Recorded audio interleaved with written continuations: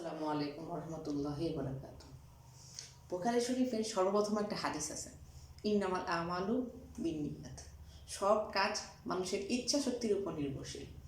হয়তোবা নবীজি সাল্লাল্লাহু আলাইহি সাল্লাম কথাটা বলেছেন, তিনি কথাটা সঠিক বলেছেন, কারণ নবীজির কথায় কখনো মিথ্যা কথা তিনি বলতেন না। অর্থাৎ আপনার ইচ্ছা শক্তি যদি ঠিক থাকে, আপনি যে কোনো দিক থেকে আপনি বিজয় অর্জন করতে পারবেন, আপনার যে কোনো কঠিন কাজ আপনি করতে পারবেন। আরবি প্রবাদে একটা কথা আছে, মানজাদ্দা ওয়াজাদা, যে চেষ্টা করে সেই পায়।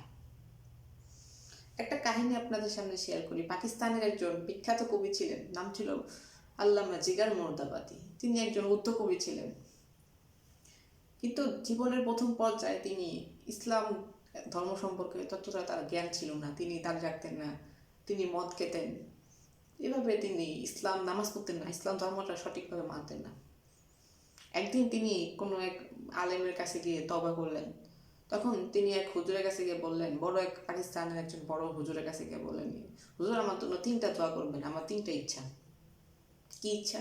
1, আমি যেন মদ খাওয়া ছাড়তে পারি।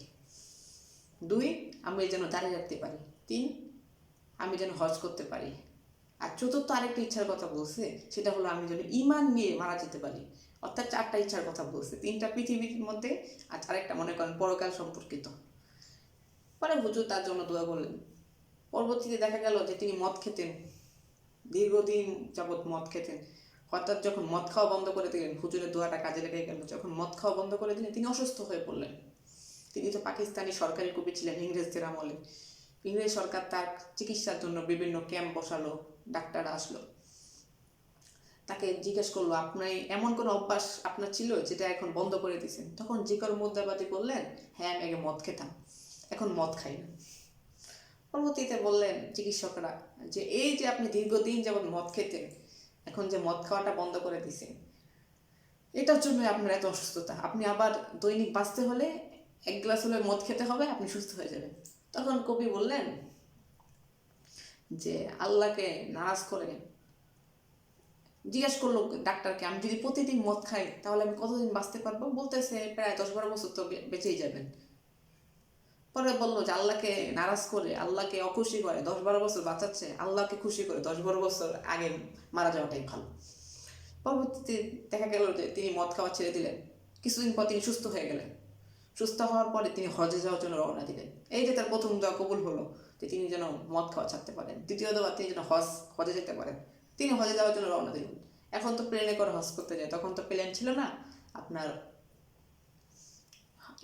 জাহাজে করে হজ করতে যেত সবাই। জাহাজে যেতে সময় লাগতো, দীর্ঘদিন যাবৎ জাহাজে থাকতে থাকতে তার দাড়িগুলো লম্বা হয়ে গেছে। কবি ছিল, একদিন আয়নার সামনে দাঁড়িয়ে বলতেছে, শুনো এক জিগার কি বাত, শোনা হে ও কাফের তা আপ মুসলমান হবে।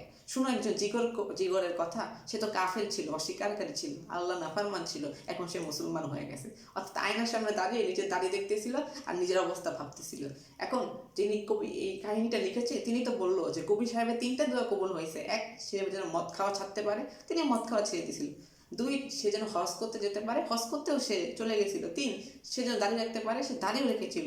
সর্বশেষ যে দোয়াটা তার ছিল যে ইমানের সহিত মারা যেতে পারে। তার 3টা দোয়া যখন কবুল হয়েছে, সর্বশেষ দোয়াটাও কবুল হয়েছে, এটা নিয়ে আশা করা যায়। তাই সবসময় নিজের নিয়তির উপর বিশুদ্ধতা রাখতে হবে, যে আমি একটা কাজ করতেছি, হোক সেটা খারাপ, একটা খারাপ কাজ, আমি যদি চিন্তা করি খারাপ কাজটা ছাড়লেই আমাকে আল্লাহ বাঁচাবে, আমাকে রক্ষা করবে। আমি জানি মিথ্যা বলা পাপ, মহাপাপ, কিন্তু আমি মিথ্যা সত্য কথা বলতে পারতেছি না। মনে করতেছি সত্য বললে হয়তো বা আমি অনেক কঠিন বিপদে পড়বো, কিন্তু না, সত্যটা যখন আমরা প্রকাশ করব, তখন দেখা যাবে যে কঠিন ও কঠিন বিপদ থেকে আল্লাহ আমাদের বাঁচাবে। যেভাবে বাঁচাইছিল ও যে জিগর মোদ্দাবাড়িকে, সে মদ খাওয়া ছেড়ে দিয়েছিল, সে মদ খাওয়া ছাড়ার কারণে অসুস্থ হয়ে পড়ছিল, কিন্তু সর্বশেষ যখন তিনি মদ খান নাই, আল্লাহ পাক রব্বুল আলামিন তাকে সুস্থতা দান করছে এবং তাকে ইমানের সহিত মৃত্যুবরণ দান করেছেন। আল্লাহ পাক রব্বুল আলামিন আমাদের সকলকে আমলের উপর, ইমানের উপর বেঁচে থাকার তৌফিক দান করুন। সকল বলে আমিন। আসসালামু আলাইকুম রহমতুল্লাহি ওয়া বারাকাতুহু।